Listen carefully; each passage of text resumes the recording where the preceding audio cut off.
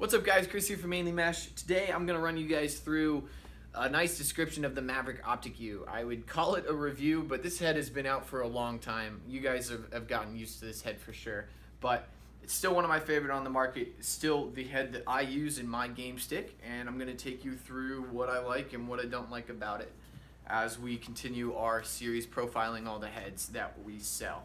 So the Maverik Optik released 2 or 3 years ago, because Tactic was this year, Centric was last year, Optik 2 years ago on July 4th, was one of the first real kind of big July 4th drops that Maverik has done. Generated a lot of hype and was a head that for a while I was a little iffy on. I was still transitioning in between heads. It's a stiffer profile. It's a very solid wide head. And it took me a little while to get used to. Basically, it has a very simple sidewall strut pattern with the 2 sidewall struts going through the middle.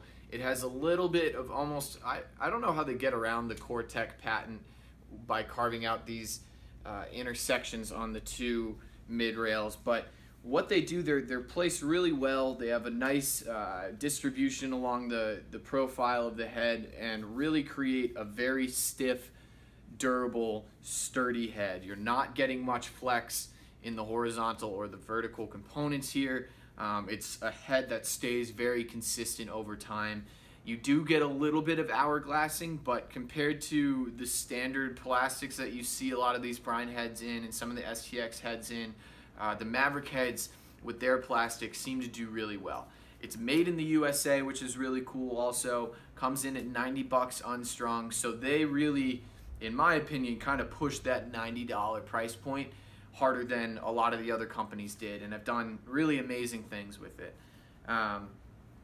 It is on the wider, slightly wider end of the spectrum. As you can see, the flare kind of starts, it doesn't stay, you know, at that same width up to kind of the 2/3 point of the head that a lot of heads do. It does kind of start a very gradual open flare starting at around the bottom third of the head, but this really accounts for a lot of the flare and pinching that you might see over time with standard heads. And if you can't tell, I like this head a lot. So it really works well over a long period. I think I've only gone through 2 of these in the last year, which is pretty good for me. When I was using RP3s and stuff, I would go through almost 4 or 5 of just getting it to the point where I thought the plastic was too flaccid and it just wasn't really holding up for me. The other nice thing about this head is its weight.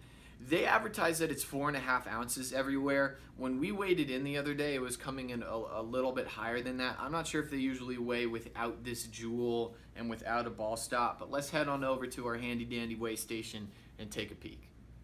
Getting this bad boy fired up at the Ozeri weigh station. Here's our Optik U coming in with a ball stop at 141 grams, or if I switch on over, 4.95 ounces. Out of curiosity, I don't know how much our ball stops weigh, but I'll rip this bad boy off real quick. And does it make any difference at all? It just got heavier. Nope, it makes no difference. So it's 4.95 ounces. If we compare that to some of the other heads that we sell, as you guys have already seen with the Under Armour Command U, which is a much heavier head, you've got 5.15 ounces. Nike CEO is coming in at 4.95 ounces, so it's the same weight as the Nike CEO. Nike Lakota U here, also 5.05, so a little bit lighter than the Lakota U. Compared to its brethren, the Centric. The Centric comes in actually at 4.85 ounces, so that was kind of the cool things. One of the cool things about the Centric was that they made a stiffer head without compromising the weight, but that's for another video. Epic Hawk Sequel is coming in at 4.75 ounces. And last and lightest is the STX Superpower, which is 4.6 ounces. So as you can see, this might not be the 4.5 ounces that they advertise, but it still is probably the 2nd or 3rd lightest head that we sell for offensive players. Overall, it just has a really nice balanced feel. I have a feeling that the 4.5 ounces is probably for the high school version, but they usually use that same number for the U spec. It has a little bit more plastic to it, but it just has a really nice feel for a universal spec head. The only negative comment I have about this head was I'm not the biggest fan of the scoop. It seems to have a pretty steep angle, and sometimes it can catch on the ground. What I like about it though is since the plastic is stiffer, you're not going to have that effect with like the RP3, which I think has a better scoop. Sometimes when you would go for a ground ball, especially when it was a little more humid out, the scoop would bend from side to side, and you actually lose consistency on your ground balls just because of how much more flaccid the plastic became.